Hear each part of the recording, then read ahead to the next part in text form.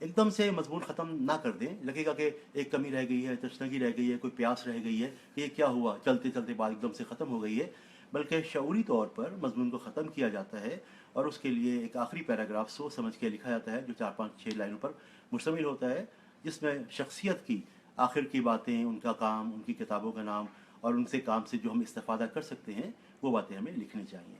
اسی طرح جب غزل کی تشریح کرتے ہیں تو طلباء کو سمجھ میں نہیں آتا کہ کیسے کام کرنا چاہیے, جبکہ دیکھنا ہی چاہیے کہ شاعر کیا کہہ رہا ہے, کس سے کہہ رہا ہے اور کیا کچھ کہنا چاہیے. شعر میں جو تشبیہ, استعارہ, مجاز, مرسل, کنایا ہے اسے بیان کرنا چاہیے. شعر کی پوری روح کو سامنے لانا چاہیے. اچھا ماشاءاللہ, آپ زبردست آپ نے یہ چیز سامنے رکھی ہے. اچھا ایک اور کویسچن میرا یہ ہے کہ اگر اس میں ضمن تو مطلب بات تو آ گئی ہے, لیکن جو اس گلف میں رہنے والے اسٹوڈنٹس ہیں وہ اپنی اردو کو ویسے جنرل طور پر کیسے بہتر کریں, اس کے لیے آپ کچھ شارٹ ٹائم میں کچھ اپنی گائیڈنس مزید, وہ تو تھا بورڈ کے پوائنٹ آف ویو, ساری چیزیں اس میں آ گئی ماشاءاللہ, تو اس میں آپ کیا فرمائیں گے؟ یہ اس کے لیے سب سے ضروری ہوتا ہے کہ طلباء اپنا مطالعہ کریں, لائبریریوں میں جائیں, کتابوں سے استفادہ کریں. اور میں والدین سے خاص طور پر درخواست کرتا ہوں اس سلسلے میں کہ وہ بچپن سے ہی بچوں کو چھوٹی چھوٹی کتابیں اردو کی کہانیوں کی پڑھنے کے لیے دیں, جو ان کے اخلاق کو بھی بہتر کریں, ان کی اردو کو بھی اچھا کریں, کیونکہ یہی الفاظ ان کے لکھائی میں, لکھاوٹ میں آتے چلے جائیں گے اور ان کے لبوں پہ چڑھتے چلے جائیں گے. اس طرح ان کی اردو بہتر ہو جائے گی. اور طلباء لکھنے یاد تو کر لیتے ہیں, یاد کرنے کی کوشش بھی کرتے ہیں, لیکن لکھنے کی پریکٹس نہیں کرتے. تو جو کچھ بھی وہ یاد کریں, جو کچھ بھی وہ پڑھیں, ان کو لکھتے بھی چلے جائیں. لیکن سب سے بڑی کمی یہ محسوس ہوتی ہے کہ یہاں گلف کے اندر چونکہ بچے کی اردو کمزور اس لیے بھی ہے کہ ان کا جو گھر کا ماحول ہوتا ہے وہاں پہ اردو کے اوپر بھی توجہ نہیں دی جاتی, انگلش اور دوسرے مضامین کی طرف وہ توجہ کو اپنی فوکس رکھتے ہیں.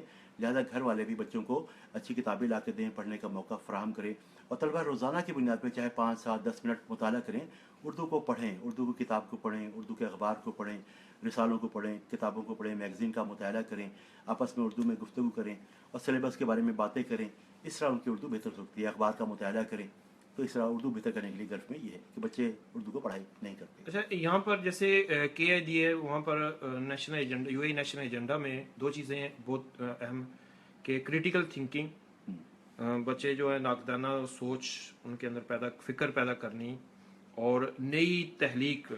تو اگر وہ مضامین کے پوائنٹ آف ویو سے میں اگر بات کروں تو وہ کس طرح یہ جدت اور کس طرح وہ اپنا ناقدانہ یا کریٹیکل تھنکنگ ان میں بچوں کے اندر یہ کیسے ہم پیدا کر سکتے ہیں؟ اگر مضامین ہوں یا کچھ چیز رائٹنگ میں لے کے آئیں تو کس طرح یہ بچے اس میں کام کر سکتے ہیں؟ ہاں, اس میں یہ ہے کہ چاہے وہ غزل ہو, نظم ہو, نثر ہو, مضمون ہو, تلخیص نویسی ہو, وہ پہلے پیراگراف کو پڑھیں, سبق کو پڑھیں, غزل کو پڑھیں, نظم کو پڑھیں, اور اس میں جو استاد انہیں بتا رہا ہے اس پر وہ سوال کریں کہ سر یہ چیز کیسے ہے, ایسا کیوں ہے. مثال کے طور پر اگر افسانہ پڑھ رہے ہیں, افسانہ ایک سبق پڑھا گیا ہے کہ یہ بناوٹ کے لحاظ سے, صرف کے اعتبار سے افسانہ ہے, تو بچے یہ سوال کریں کہ ان کے اندر جستجو یہ لگن ہونی چاہیے کہ افسانہ کیا ہوتا ہے. پھر استاد انہیں بتائے گا کہ افسانہ وہ مختصر تحریر ہوتی ہے جس میں زندگی کا کوئی ایک پہلو بتایا جاتا ہے, کوئی ایک گوشہ بھی نقاب کیا جاتا ہے, ایک واقعے کو کہانی کی شکل میں لکھا جاتا ہے.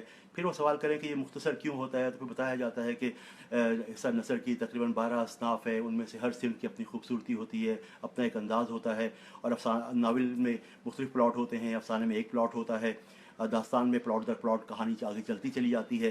اس طرح بچوں کے اندر تجسس پیدا ہوتا ہے کہ ہمیں ہر صنف کا فارمیٹ کا پتہ ہونا چاہیے کہ ہم کون سا کام کیسے کریں. جیسے حمد نظم ہے, اس میں شاعر اللہ تعالیٰ کی تعریف کو بیان کرتا ہے, تو اس کے لیے صرف حمد کا فارمیٹ رکھ دیا گیا ہے. نظم اگر لکھنی ہے تو بچوں کو معلوم ہے کہ شاعر نے حضرت محمد صلی اللہ علیہ وسلم کی تعریف کو بیان کرنا ہے, اس لیے ہمارے لیے فارمیٹ بہتر رہے گا. اور اگر ہم مضمون نویسی کو کر رہے ہیں تو ہمیں پتہ ہونا چاہیے کہ ہمارے پاس 300 الفاظ کا ایک ذخیرہ ہونا چاہیے جو ہم نہایت جامع انداز میں لکھتے چلے جائیں اور کوئی بات بھی تشنا نہ رہے.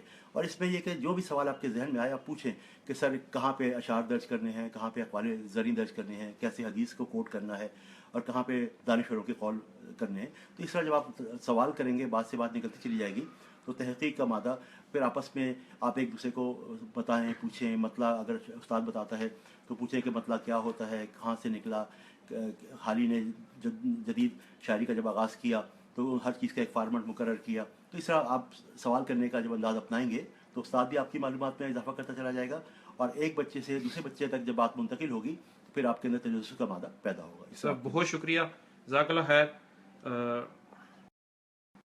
یہاں پر امید کرتے ہیں کہ انشاءاللہ آج کا سیشن جو ہے اور اسٹوڈنٹس کے لیے اور اس پہ جو والدین بھی اگر ہمارے ساتھ یہاں پر فیس بک میں جہاں تک بھی یہ ویڈیو پہنچے گی انشاءاللہ اس سے بھرپور استفادہ لیں گے، اور انشاءاللہ ہمارا ہم نے یہ پہلی آغاز کی اللہ کے آج توفیق سے، تو انشاءاللہ کوشش کریں کہ اسٹوڈنٹس کے لیے اور ٹیچرس کے لیے بھی کہ جتنے اگر ہمارا ایکسپیرینس سے کسی کو فائدہ ہو سکتا ہے تو جہاں جہاں پر بھی لوگ ہمارے ساتھ اٹیچ ہیں تو انشاءاللہ ان کو یہ فائدہ ہوگا۔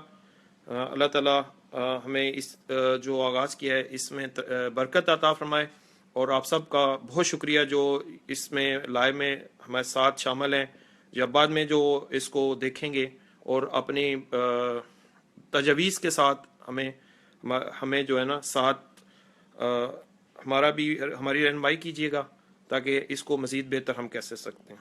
تھینک یو ویری مچ، شکریہ۔ سر فائنل میں کوئی کمنٹس آپ شارٹ میں کوئی دینا چاہیں؟ ہاں، کہتے ہیں نا کہ ہمت ہارنا ہار نہیں، بازی ہارنا ہار ہے۔ بازی ہارنا ہار نہیں، ہمت ہارنا ہار ہے۔ اس بات کو ذہن میں رکھیں کہ کبھی بھی مایوس نہ ہو اور مستقل مزاجی اپنے اندر پیدا کریں، کیونکہ اگر آپ نے جس دن ہمت ہار دی اس دن آپ ہمیشہ کے بہت لیے شکریہ سر، ناکام ہو جائیں گے۔ السلام علیکم ورحمۃ اللہ۔